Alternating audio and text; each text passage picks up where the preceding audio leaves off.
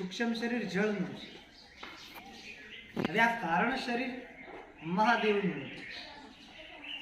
મહાદેવની પણ ઉપર આગળ મહાકારણ શરીર, આવ્યાકૃત અને નિરંજન.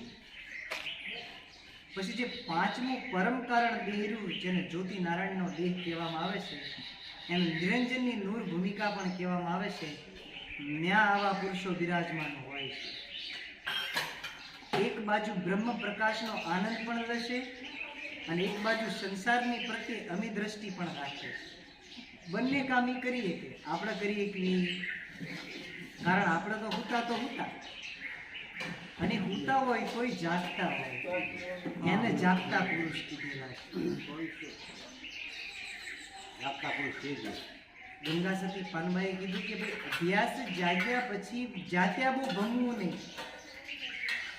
અમુક સંતની લક્ષણ